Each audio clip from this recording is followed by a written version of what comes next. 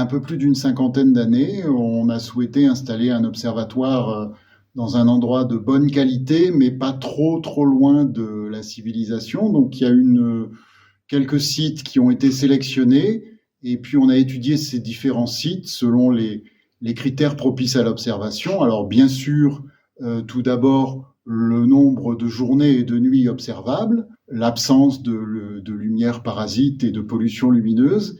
Et puis le troisième critère, très important également, la stabilité de l'atmosphère, puisque si l'atmosphère est instable, eh bien ça perturbe la qualité des observations et des images.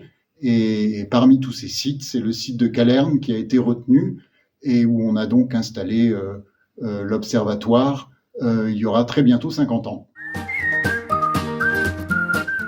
On observe tout d'abord le Soleil, qui est un objet d'étude historique. En particulier, on s'intéresse aux variations de son diamètre et aux phénomènes éruptifs à sa surface. On étudie également la Terre avec un télescope qui fait de la télémétrie laser sur satellite et sur la Lune et qui permet d'étudier la forme, le champ de gravité et les mouvements de la Terre. On a des télescopes qui permettent l'observation directe du ciel par photographie, comme les télescopes par exemple de C2PU ou bien le télescope TARO.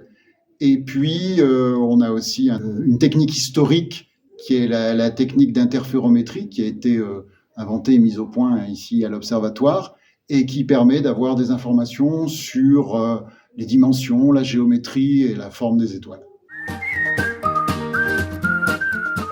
Alors les visites tout public ont lieu le dimanche à 15h15 de juin à septembre et donc on fait une petite balade sur le plateau au travers des différents instruments, les instruments qui observent le Soleil, les instruments qui observent la Terre et qui font de la télémétrie sur satellite, l'interféromètre GI2T qu'on visite, le télescope de Schmidt qu'on visite et autour duquel on parle de ce qu'est un télescope et de la photographie astronomique.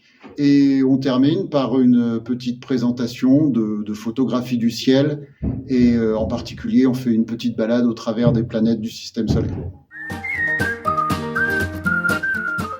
D'abord parce que le site est un endroit magnifique, que c'est un des derniers observatoires professionnels en France où on fait effectivement de l'observation et parce que vous allez y découvrir des techniques très originales dont certaines ont été inventées ici et avoir à mettre un pied dans la connaissance qu'on a de l'univers.